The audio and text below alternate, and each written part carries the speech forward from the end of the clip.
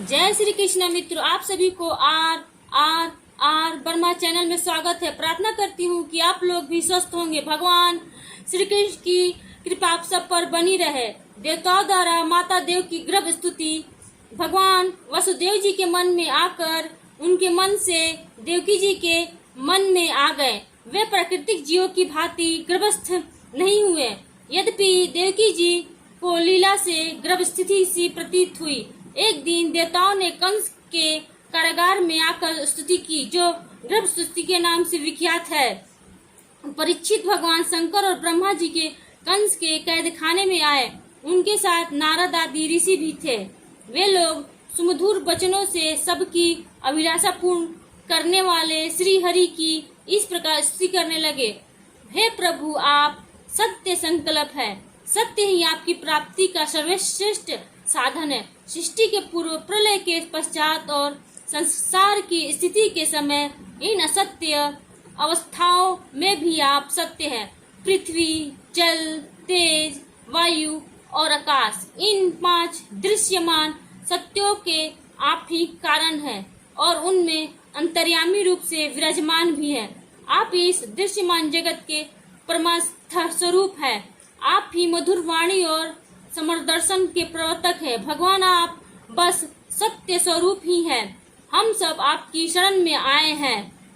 इस संसार में रूप वृक्ष की उत्पत्ति के आधार एकमात्र आप ही हैं। आप में ही इसका प्रलय होता है और आपके ही अनुग्रह से इसकी रक्षा भी होती है। जिनका चित्त आपकी माया से आवृत हो रहा है, इस सत्य को समझने की शक्ति खो बैठा है, वे ही उत्पत्ति, स्थिति और प्रलय करने वाले ब्रह्मादि देवताओं को अनेक देखते हैं। तत्व ज्ञानी पुरुष तो सबके रूप में केवल आपका ही दर्शन करते हैं। आप ज्ञान स्वरूप आत्मा है। चराचर जगत के कल्याण के लिए ही अनेकों रूप धारण करते हैं। आपके वे रूप विशुद्ध, अप्राकृत, सत्वमय होते हैं और संत पुरुषों को बहुत सुख देते हैं। साथ ही दुष्टों को उनकी दुष्टता का दंड भी देते हैं। उनके लिए अमंगलमय भी होते हैं। कमल के समान कोमल अनुग्रह भरे नेत्रों वाले प्रभु, कुछ बिरले लोग ही आपके समस्त पदार्थों और प्राणियों के आश्रय स्वरूप रूप में पूर्ण एकाग्रता से अपना चित्त लगा पाते हैं और आपके चरण कमल रूपी जहाज का आश्रय लेकर इस संसार सागर को बछड़े के खुर के गड्ढे के समान अनायास ही पार कर पाते हैं। क्यों ना हो, अब तक के संतों ने इसी जहाज से संसार सागर को पार जो किया है। परम प्रकाश स्वरूप परमात्मा आपके भक्तजन सारे जगत के निष्कपट प्रेमी सच्ची हितैषी होते हैं।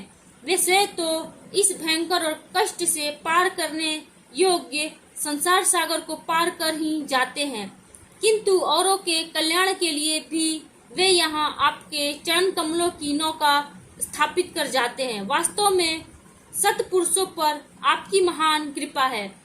उनके लिए आप अनुग्रह स्वरूप ही हैं। कमल नयन, जो लोग आपके चरण कमलों की शरण नहीं लेते तथा आपके प्रति भक्ति भाव से ही रहित होने के कारण जिनकी बुद्धि भी शुद्ध नहीं है, वे अपने को झूठ मूठ मुक्त मानते हैं। वास्तव में तो वे बुद्धि ही है। वे यदि बड़ी तपस्या और साधना का कष्ट उठाकर किसी प्रकार ऊंचे से ऊंचे पद पर भी पहुंच जाएं, तो भी वहां से नीचे गिर जाते हैं। परंतु भगवान, जो आपके अपने निज जन हैं, जिन्होंने आपके चरणों में अपनी सच्ची प्रीति जोड़ रखी है, वे कभी उन ज्ञान अभिमानियों की भांति अपने साधन मार्ग से गिरते नहीं। प्रभु, वे बड़े बड़े विघ्न डालने वाले की सेना सरदारों के सर पर पैर रखकर निर्भय विचरते हैं। कोई भी विघ्न उनके मार्ग में रुकावट नहीं डाल सकते, क्योंकि उनकी रक्षक आप जो हैं। आप संसार की स्थिति के लिए समस्त देहधारियों को परम कल्याण प्रदान करने वाला विशुद्ध, सत्वमय, सच्चिदानंदमय, परम दिव्य मंगल विग्रह प्रकट करते हैं। उस रूप के प्रकट होने से ही आपके भक्त वेद, कर्मकांड, अष्टांग योग, तपस्या और समाधि के द्वारा आपकी आराधना करेंगे। हे प्रभु, आप सबके विधाता हैं। यदि आपका यह विशुद्ध सत्यमय निज स्वरूप न हो तो ज्ञान और उसके द्वारा होने वाले भेदभाव को नष्ट करने वाला अपरोक्ष ज्ञान ही किसी को ना हो। जगत में दिखाई देने वाले तीनों गुण आपके हैं और आपके द्वारा ही प्रकाशित होते हैं। यह सत्य और परंतु इन गुणों की प्रकाशक विधियों से आपकी स्वरूप का केवल अनुमान ही होता है, वास्तविक स्वरूप का साक्षात्कार नहीं होता। हे भगवान, मन और वेदवाणी के द्वारा केवल आपके स्वरूप का अनुमान मात्र होता है, क्योंकि आप उनके द्वारा दृष्ट नहीं, उनके साक्षी हैं। इसलिए आपके गुण, जन्म और कर्म आदि के द्वारा आपके नाम और रूप का निरूपण नहीं किया जा सकता। फिर भी हे प्रभु, आपके भक्तजन उपासना आदि क्रिया योगों के द्वारा आपका साक्षात्कार तो करते ही हैं। जो पुरुष आपके मंगलमय नामों और रूपों का श्रवण, कीर्तन, स्मरण और ध्यान करता है और आपके चरण कमलों की सेवा में ही अपना चित्त लगाए रहता है, उसे फिर जन्म मृत्यु रूप संसार के चक्र में नहीं जाना पड़ता। संपूर्ण दुखों को हरने वाले भगवान आप सर्वेश्वर हैं। यह पृथ्वी तो आपका चरण कमल ही है। आपके अवतार से इसका भार दूर हो गया। धन्य है प्रभु हमारे लिए। यह बड़े सौभाग्य की बात है कि हम लोग आपके सुंदर सुंदर चिन्हों से युक्त चरण कमलों के द्वारा विभूषित पृथ्वी को देखेंगे और स्वर्गलोक को भी आपकी कृपा से कृतार्थ देखेंगे। हे प्रभु, आप अजन्मा हैं। यदि आपके जन्म के कारण के संबंध में आप कोई तर्क न करे तो यही कह सकते हैं कि यह आपका लीला विनोद है। ऐसा कहने का कारण यह है कि आप तो दैत्य के लय से रहित सर्वधीनता स्वरूप हैं और इस जगत की उत्पत्ति, स्थिति तथा प्रलय अज्ञान के द्वारा आप में आरोपित।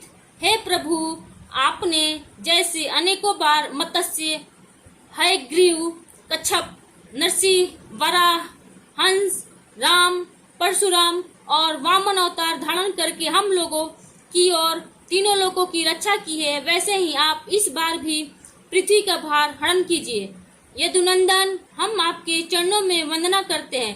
देवकी जी को संबोधित करके, माता जी, यह बड़े सौभाग्य की बात है कि आपकी कोख में हम सबका कल्याण करने के लिए स्वयं भगवान पुरुषोत्तम आपने ज्ञान का बल आदि अंशों के साथ पधारे। अब आप कंस से तनिक भी मत डरिए, अब तो वह कुछ ही दिनों का मेहमान है। आपका पुत्र यदुवंश की रक्षा करेगा।